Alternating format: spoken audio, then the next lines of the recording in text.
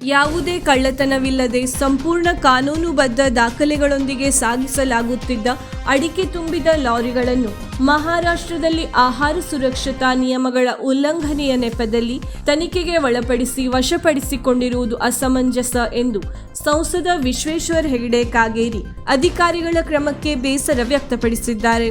ಈ ಕುರಿತು ಮಾಧ್ಯಮ ಪ್ರಕಟಣೆ ನೀಡಿರುವ ಅವರು, ಉತ್ತರ ಕನ್ನಡ, ಶಿವಮೊಗ್ಗ, ಮಂಗಳೂರು ಸೇರಿದಂತೆ ವಿವಿಧ ಜಿಲ್ಲೆಗಳ ಅಡಿಕೆ ವ್ಯಾಪಾರಸ್ಥರು ಉತ್ತರ ಭಾರತ ಹಾಗೂ ದೇಶದ ಅನೇಕ ರಾಜ್ಯಗಳಿಗೆ ನಿರಂತರವಾಗಿ ವ್ಯಾಪಾರಕ್ಕಾಗಿ ಅಡಿಕೆಯನ್ನು ಕಳುಹಿಸುತ್ತಲೇ ಬಂದಿದ್ದಾರೆ.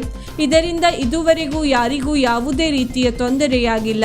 ಆದರೆ ಪ್ರಸ್ತುತ ಅಧಿಕಾರಿಗಳು ಕಾನೂನನ್ನು ದುರ್ಬಳಕೆ ಮಾಡಿಕೊಂಡು ಕೇವಲ ತಾಂತ್ರಿಕ ನೆಪ ಮತ್ತು ಶಂಕೆಯ ಆಧಾರದ ಮೇಲೆ ಮಲೆನಾಡಿನ ಅಡಿಕೆ ಲಾರಿಗಳನ್ನು ತಡೆ ಹಿಡಿದು ಜಪ್ತಿ ಮಾಡಿರುವುದು ಬೇಸರದ ಸಂಗತಿ.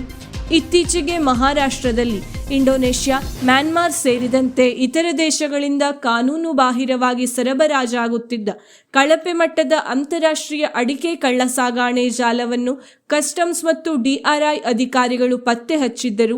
ಈ ಅಕ್ರಮ ಕಳ್ಳ ಸಾಗಾಣೆಗೆ ಸಂಪೂರ್ಣ ಬ್ರೇಕ್ ಹಾಕಲು ಮಹಾರಾಷ್ಟ್ರ ಸರ್ಕಾರ ಕಠಿಣ ಕ್ರಮಗಳನ್ನು ಕೈಗೊಂಡಿದ್ದು, ಇದು ನಮ್ಮ ಭಾಗದ ರೈತರಿಗೆ ಮತ್ತು ವ್ಯಾಪಾರಸ್ಥರಿಗೆ ತುಸು ನೆಮ್ಮದಿ ನೀಡಿತ್ತು.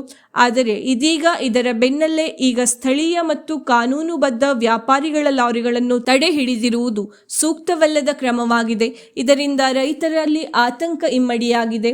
ಈ ಕುರಿತು ಈಗಾಗಲೇ ಅನೇಕ ಅಡಿಕೆ ಸಂಘ ಸಂಸ್ಥೆಗಳು ಮತ್ತು ಲಾರಿ ಮಾಲೀಕರು ಮಾಹಿತಿ ನೀಡಿದ್ದು, ಸಮಸ್ಯೆಯನ್ನು ತಕ್ಷಣವೇ ಕೇಂದ್ರ ಮಂತ್ರಿಗಳು, ಮಹಾರಾಷ್ಟ್ರದ ಮುಖ್ಯಮಂತ್ರಿಗಳು ಹಾಗೂ ಸಂಬಂಧಪಟ್ಟ ಸಚಿವರ ಗಮನಕ್ಕೆ ತರಲಾಗಿದೆ.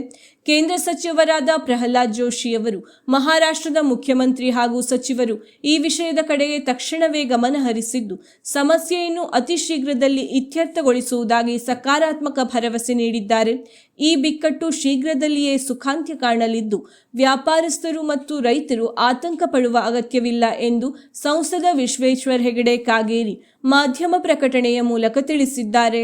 ವೀಕ್ಷಕ ಮಹಾಪ್ರಭುಗಳೇ, ನಮ್ಮ ಚಾನೆಲ್ ಅನ್ನು ಸಬ್ಸ್ಕ್ರೈಬ್ ಮಾಡಿ, ಶೇರ್ ಮಾಡಿ, ಪ್ರೋತ್ಸಾಹಿಸಿ.